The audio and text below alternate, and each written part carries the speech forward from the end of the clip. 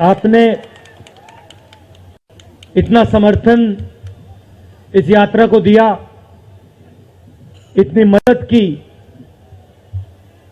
इतनी शक्ति आपने हमें दी, इसके लिए मैं सबसे धन्यवाद करना चाहता हूं, दिल से धन्यवाद करना चाहता हूं।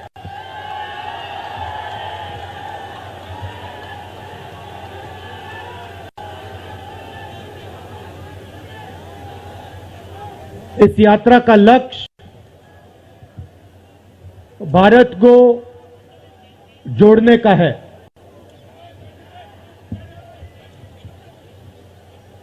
जब हमने ये शुरू किया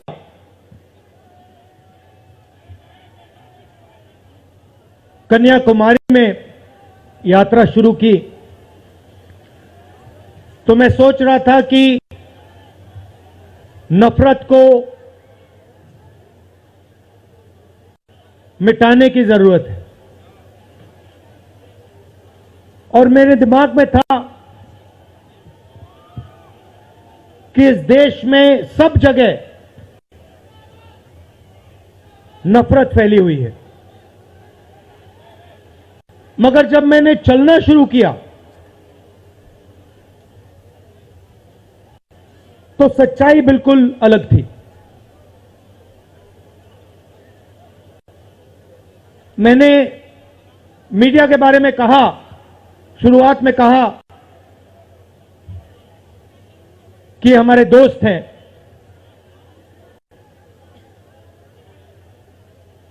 दोस्त हैं, मगर हमारी बात टीवी पे कभी नहीं दिखाते हैं।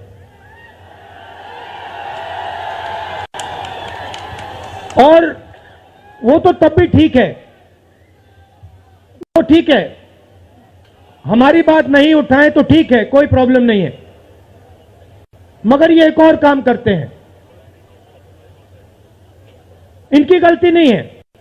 देखिए, ये जो यहां खड़े हैं, इनसे गुस्सा मत होइए, इनकी गलती नहीं है। देखिए, मुस्कुरा रहे हैं, ये जानते हैं लगाम लगी हुई है, पीछे से लगाम लगी हुई है। मगर इनके जो चैनल हैं, ये भी नफरत फैलाने का काम करते हैं।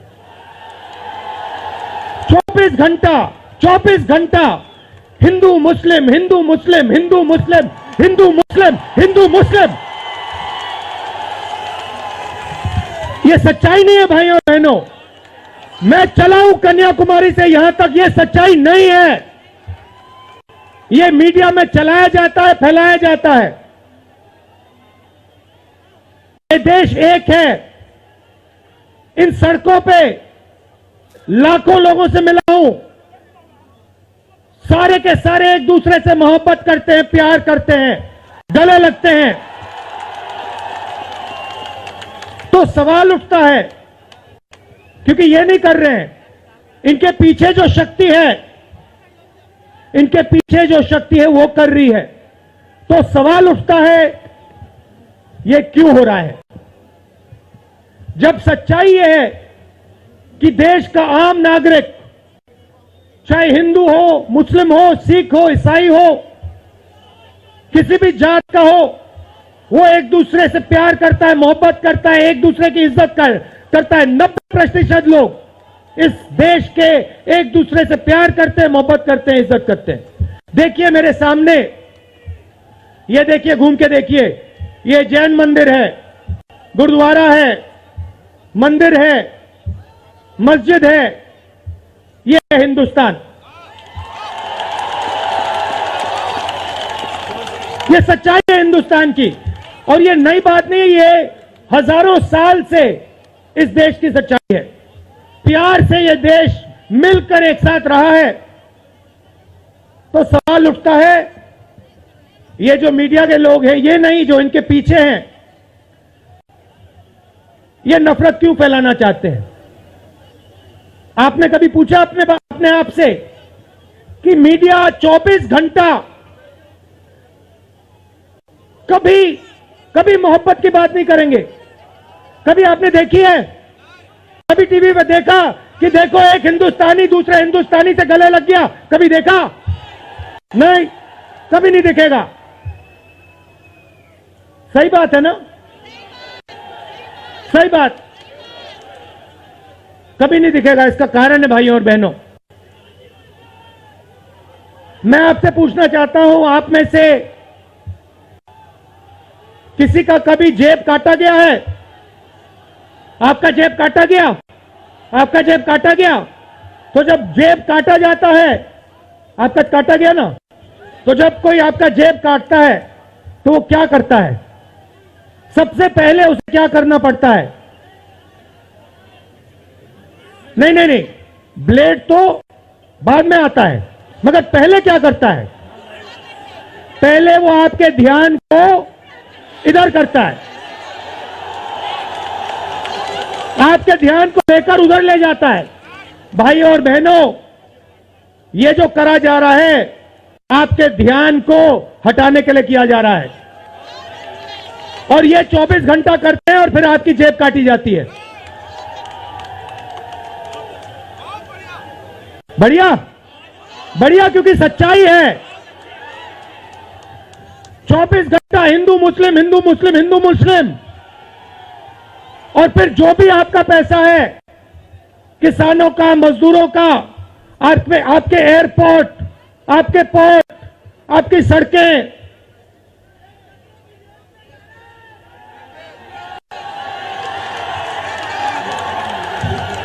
सीधा किसके जेब में? इनके मालिक के जेब में।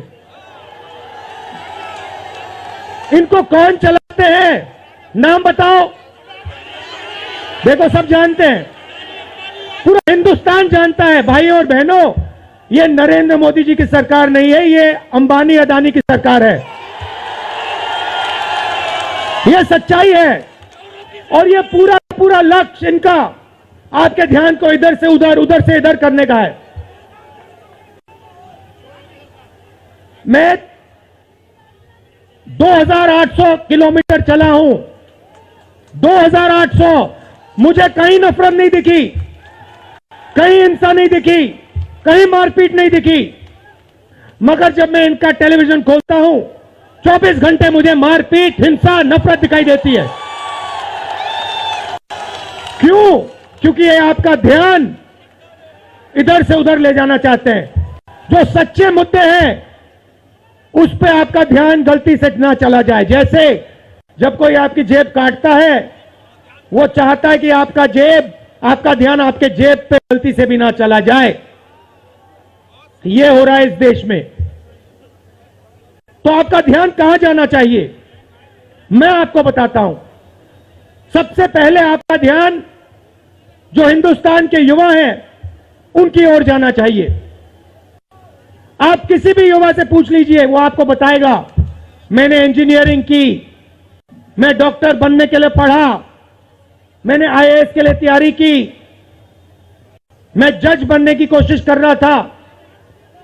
पूछो क्या किया? पढ़ाई की, कितने साल की? स्कूल, कॉलेज, यूनिवर्सिटी सब पढ़ लिए, और फिर क्या हुआ? आज क्या करते हो? मजदूरी करता हूं, पकौड़े बनाता हूं।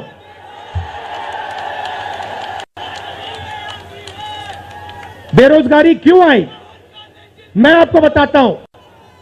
और जो हमारे छोटे व्यापारी हैं, जो स्मॉल और मीडियम बिजनेस चलाते हैं, आप अच्छी तरह सुनिए, क्योंकि आप इस देश के भविष्य हो। अगर इस देश को कोई रोजगार दे सकता है तो इस देश का किसान और ये जो छोटे व्यापारी हैं और स्मॉल और मीडियम बिजनेसेस चलाते हैं, ये लोग हैं। क्यों?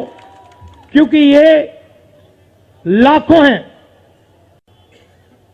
ये लाखों में हैं, और कोई 100 लोगों को रोजगार देता है, कोई 500 को देता है, कोई 1000 को देता है, कोई 25 को देता है, कोई 33 को देता है, और ये लोग देश को रोजगार देते हैं। अब इनकी बात करते हैं। ये 24 घंटे लगे रहते हैं, बैंक के दरवाजे इनके लिए बंद होते हैं। हिंदुस्तान के 2-3 अरबपतियों को 1 लाख करोड़, 2 लाख करोड़, 3 लाख करोड़ ऐसे दिया जाता है।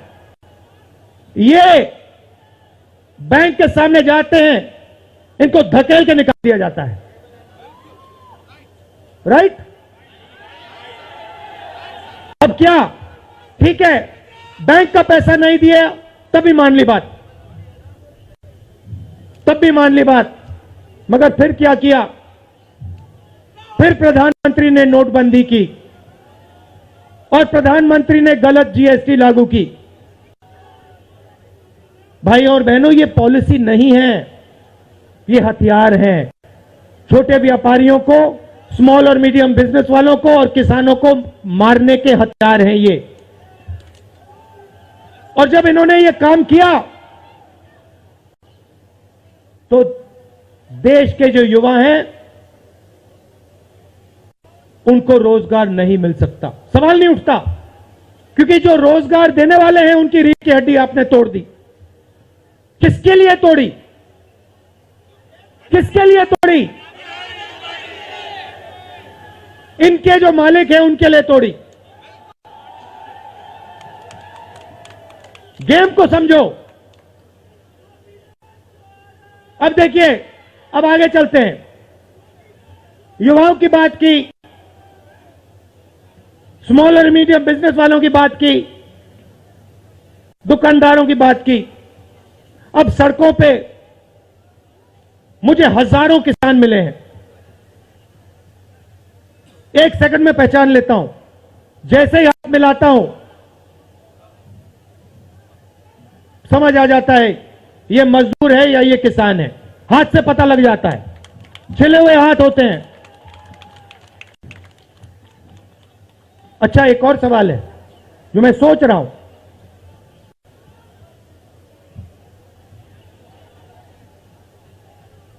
प्रेस वाले ने मुझे पूछा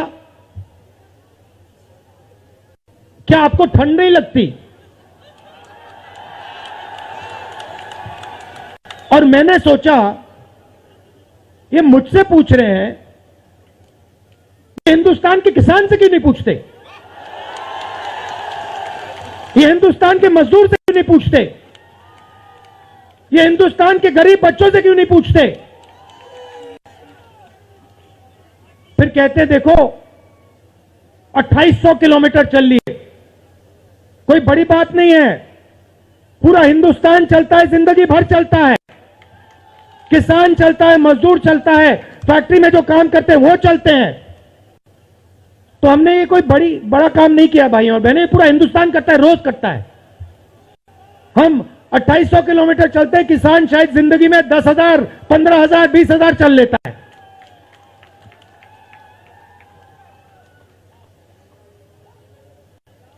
तो मैं चाहता हूं कि ध्यान सही जगह जाए।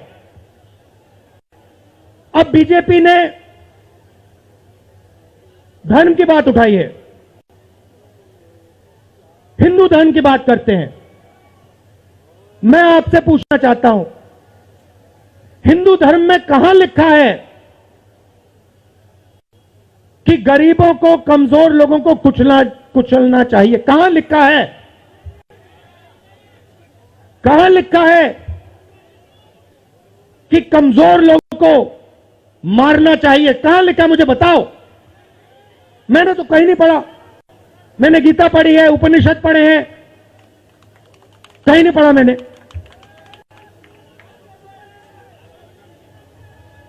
आपने पढ़ा कहीं? गले लगाने की बात होती है। अच्छा ठीक है, देखिए अब ये लोग देश में डर फैला रहे हैं। नफरत नहीं दिखी मगर डर दिखा। किसके दिल में डर? किसान के दिल में, युवाओं के दिल में, छोटे दुकानदारों के दिल में, स्मॉल और मीडियम बिजनेस जो चलाते हैं उनके दिल में, माताओं बहनों के दिल में। मुझसे कहती है राहुल जी, बीजेपी की सरकार में हम तो सड़क पर, शाम को सड़क पर नहीं निकल सकते। तो डर फैला दिया है। सही सही। अच्छा, आपने शिव जी की फोटो देखी है? उसमें उनका हाथ ऐसे देखा आपने? इसको क्या कहते हैं? इसको क्या कहते हैं? इसको अभय मुद्रा कहते हैं। इसका मतलब क्या होता है? इसका मतलब होता है डरो मत। तो शिव जी कहते हैं डरो मत। हिंदू धर्म कहता है डरो मत। और ये लोग 24 घंटा इस देश में डर फैलाने की कोशिश करते हैं। अच्छा, एक और मजे की बात बताता हूं आपको। मैं सोच रहा था, आपने ये यात्रा देखी होगी, इसमें आपको हिंसा दिखी? कहीं नहीं दिखी? किसी ने किसी को मारा? किसी ने गाली दी? नहीं। आपने इसमें नफरत देखी? बिल्कुल नहीं। इसमें किसी ने यह पूछा भैया तुम्हारा धर्म क्या है? किसी ने कहा भाई तुम हिंदू हो, मुसलमान हो, सिख हो, ईसाई हो, क्या हो? नहीं। किसी ने यह पूछा तुम स्त्री हो या पुरुष हो? किसी ने यह पूछा तुम्हारी क्या जात है? बिल्कुल नहीं। कपड़े भी नहीं पूछे, कपड़े भी नहीं पूछे। अच्छा, इसमें आपने देखा होगा, पता नहीं आपने देखा या नहीं, इसमें कुत्ते भी आए। कुत्ते भी आए इसमें, कुत्ते आए। और आपने अगर आप टीवी देख रहे होते आपने एक चीज देखी होगी, कुत्ते को किसी ने नहीं मारा, किसी ने नहीं मारा। इसमें गाय भी आई, भैंस भी आए, सुअर भी आए। मैंने देखा वो तो सब जानवर आए, सब लोग आए और यहां पे कोई नफरत नहीं थी। जैसा हमारा हिंदुस्तान है वैसे ही ये यात्रा है। कोई नफरत नहीं, कोई हिंसा नहीं, कोई गलत सवाल नहीं। कभी कभी कोई गिर जाता, जैसे हमारे हरियाणा के पीसीसी गिरे, धड़ाम से गिरे, केरला के सब नेता गिर गए। 1 सेकंड में लोग उनको उठा लेते थे, 1 सेकंड में, टाइम नहीं लगता था। यह है हिंदुस्तान। नहीं, देखिए, मैं आपको एक बात बताता हूं, सच्चाई समझनी होगी। सच्चाई यह है कि जैसे इन पर लगाम लगी हुई है वैसे हिंदुस्तान के प्रधानमंत्री पे भी लगाम लगी हुई है। उनकी गलती नहीं है, वो संभाल नहीं पा रहे हैं, कंट्रोल नहीं कर पा रहे हैं, उनको कंट्रोल कर दिया है। नहीं, मैं सच बोल रहा हूं, मैं सच बोल रहा हूं। क्योंकि आप देखिए, एयरपोर्ट भी उनके, पोर्ट भी उनके, एग्रीकल्चर के स्टोरेज डिपो भी उनके, और क्या उनका, हाँ, लाल किला भी उनका, लाल किला भी उनका, सारे के सारे पब्लिक सेक्टर की कंपनियां उनकी, और क्या उनका, रेलवेज उनकी।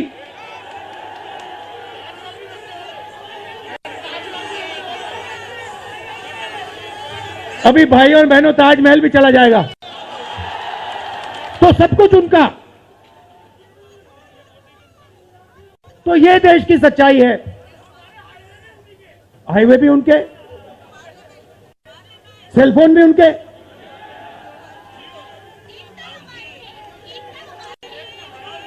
मगर सच्चाई हमारी। आप देखिए, मैं आपको बताता हूं, आपको मैं बताता हूं, अपनी कहानी बताता हूं। जब मैं राजनीति में आया, 2004 में आया,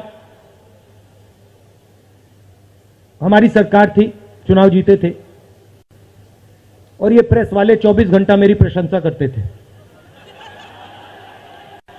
24 घंटा राहुल गांधी, राहुल गांधी, राहुल गांधी, राहुल गांधी। फिर मैंने क्या किया, मैं चला गया भट्टा परसोल। नहीं सुनो, आपको समझना है ये है क्या। मैं भट्टा परसोल गया और मैंने किसानों का जो जमीन का मामला है उसको छेड़ दिया। और भाई और बहनों, जैसे ही मैंने किसानों का जमीन का मामला छेड़ा वैसे ही मेरे पीछे पड़ गए। उसके बाद जमीन अधिग्रहण बिल, भट्टा परसोल के बाद जमीन अधिग्रहण बिल लाया, कांग्रेस की सरकार लाई। उसके बाद तो पूरा फुल टाइम 24 घंटा मेरे पीछे पड़ गए। प्रधानमंत्री जी ने, बीजेपी ने, मैं आपको सच्चाई के बारे में बताना चाह रहा हूं, प्रधानमंत्री ने, बीजेपी ने हजारों करोड़ रुपए लगा दिए मेरी छवि को खराब करने में। हजारों करोड़ रुपए। और आपने देखा होगा मैंने एक शब्द नहीं बोला, बिल्कुल चुप, बिल्कुल चुप। मैंने एक शब्द नहीं बोला। मैंने ये नहीं बोला भैया ये गलत बोल रहे हैं, ये ठीक नहीं है ना, मैं बिल्कुल चुप, चुप।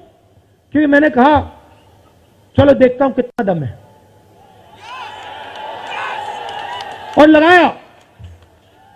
पूरी की पूरी मीडिया लग गई, व्हाट्सएप पे लगाया, फेसबुक पे लगाया, सब जगह 24 घंटा राहुल गांधी के बारे में। कुछ नहीं बोला मैंने, पूरे देश में फैला दिया। और फिर एक महीने मैंने आपको सच्चाई दिखा दी और पूरा पूरा खत्म। देखो सच्चाई कैसे काम करती है। सच्चाई को छुपाया नहीं जा सकता है, कहीं ना कहीं से सच्चाई बाहर आ जाती है। और ये यात्रा हिंदुस्तान को जोड़ने की है। क्यों? क्योंकि इस नफरत से, इस डर से हमारे प्यारे देश को नुकसान हो रहा है।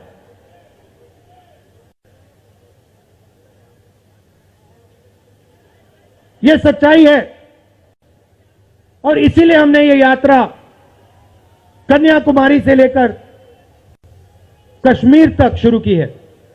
और ये जो हमारा तिरंगा है इसको हम श्रीनगर में जाके वहां पे लहराएंगे। और आप में से हजारों लोग हमारे साथ चलोगे, हजारों लोग चलोगे।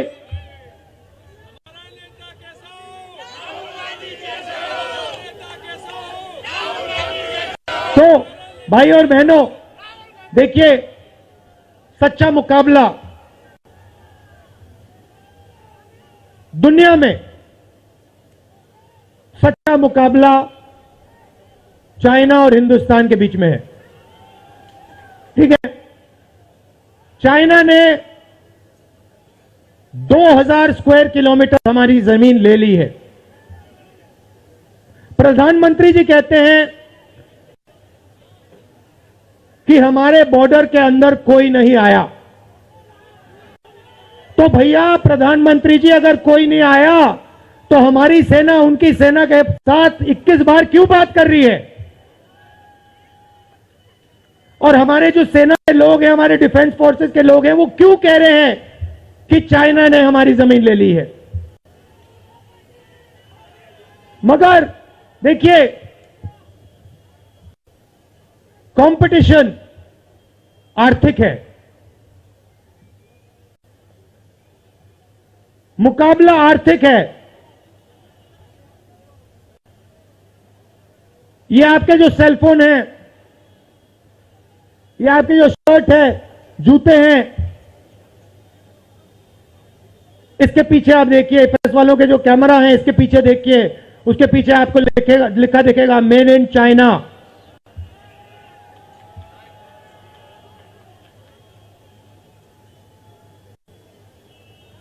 हमें शर्ट के पीछे, सेलफोन के पीछे, जूतों के नीचे मेड इन इंडिया लिखना है। और एक ऐसा दिन आना चाहिए जब शंघाई में कोई युवा नए जूते खरीदे, उसके नीचे देखे made in new Delhi India. ये हिंदुस्तान चाहिए, इसी से हमारे युवाओं को रोजगार मिलेगा। तो ये करना ही पड़ेगा, चॉइस नहीं है। और ये हम करके दिखा देंगे। ये देश कर सकता है, करके दिखा सकता है। आप सबने इतना प्यार दिया,